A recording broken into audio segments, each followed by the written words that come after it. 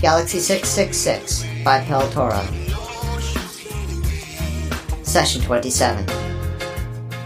Welcome back to Galaxy 666, my friends. Your ever-ready guide, Tug here. Chapter 8 most strongly represents the reason why we started the journey in the first place. It is the equivalent of the pyramids being the reason why people travel to Egypt, or the Eiffel Tower for Paris. Sure, there are many more sights to see, but this one stands out as the most impressive and memorable, and I know that you know exactly what I'm speaking of. The description of the grayish, pinkish, whitish rock. It was the summer of 1990, and I was executing what is known in the U.S. Navy as Quartermed, in which midshipmen spend a week in each area of the Navy, surface, submarine, air, and Marine Corps, to see which fits them best. I had just finished my time with the P-3 Squadron in Rota, Spain, and found myself in a small, hot terminal waiting for my flight out. I wandered about to kill the time and came across a small metal book stand between the bathrooms with a sign on it saying, "Book Exchange, take one, leave one." I flitted over the titles. One looked to be mildly interesting. On the cover looked like a bad replica of the Starship Enterprise. The title was Galaxy 666, and the cover blurb said, "They had reached the outermost limits of space, and nothing lay ahead except the evil planet." This was the 1968 Leisure Books publication of the book, the last publication, I believe. I wanted a quick and simple read, and so picked it up. In my mild shame, I had no books with me to leave in its place. When I first started reading it, I was bored, as you might have also experienced, and I was struck by the fact that it was poorly written, and I would only get a few chapters into it and I would stop.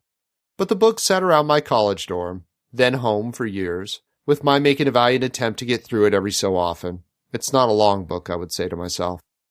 But it wasn't until I made it to Chapter 8 that my viewpoint on the book changed completely. The first time I read the iconic description of the gray-pink-white rock, I laughed out loud. I read it again and laughed harder. I read it to my wife and she laughed. Later, that is the section I would read out to my friends at parties. Now the book was no longer a chore, and now I could understand it in the context of how and why it was created, and I have never looked back. The gray, pink, white rock epitomizes the poor writing in Galaxy 666. One gets a profound sense that it is of critical importance that we understand what the color of the rock is, and Pell just will not let it go. It is almost as if he is trying to buy a very specific color of paint, and he keeps trying to describe it to us. So look at what he is doing. He is not describing the rock or the terrain. He is describing the color of the rock. The color has become his focus, and the endless dogged energy with which he follows this descriptive pursuit is hysterical because it is encountered never in literature or the real world.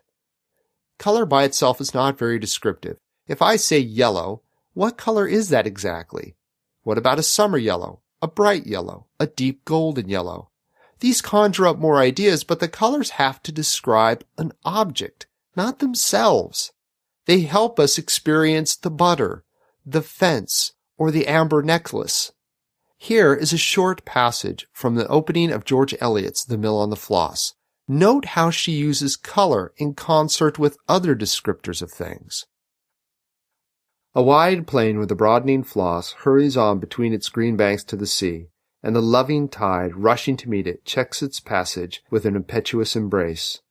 On this mighty tide the black ships, laden with the fresh-scented fir planks, with rounded sacks of oil-bearing seed, or with the dark glitter of coal, are borne along to the town of St. Augues, which shows its aged, fluted red roofs and the broad gables of its wharfs between the low wooded hill and the river brink, tinging the water with a soft purple hue under the transient glance of this February sun. In Eliot, we experience a scene which is described with not just color, but emotion, structure, personification, and time. Pell is trying to provide a description of a color without evoking emotion, structure, or anything else, only vain repetition of the names of the colors themselves. But take all this with a healthy grain of salt, and especially now, do not forget that Badger is constantly breathing down the neck of Pell. And at 2 a.m., tired, semi-conscious, with well over half the book still to write, let us join him in saying, why not have a bit of fun and sojourn into the ridiculous? After all, it is that ridiculous quality that keeps us coming back to Galaxy 666. Here ends Session 27.